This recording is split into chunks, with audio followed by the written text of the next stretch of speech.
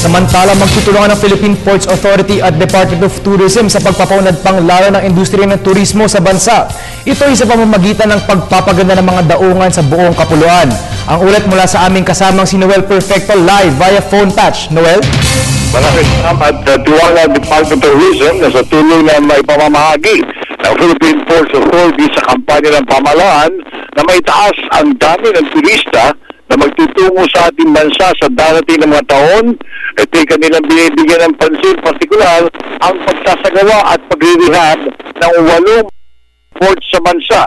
Hindi lang ito tungkol sa tourism arrivals, kundi pati na rin sa pag-upgrade ng mga puerto, terminals at facilities para maaabot ang international cruise shipping standards, pati na rin ang cooperation at networking sa mga regional and international cruise operations na kasama na rin ang bansang Pilipinas sa Southeast Asian itineraries.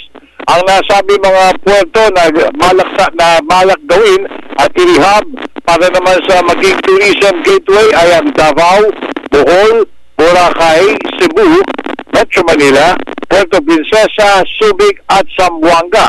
Ito ay tinaguri ang major nautical cruise arteries ng ating bansa. Sa nasabing kampanya, ang layunin ay makakuha ng 10 milyong international visitor arrivals at ang makapag-empleyo ng 6.8 million workers sa sector at inaasahan din hopefully na makakuha ng 1.9 trillion pesos sa tourism receipts sa taong 2016. Yun muna ulat dito pa rin sa lungsod na Maynila. Kasama pa rin sila Erwin Navarro at Ulat Perfecto Television ng Bayan.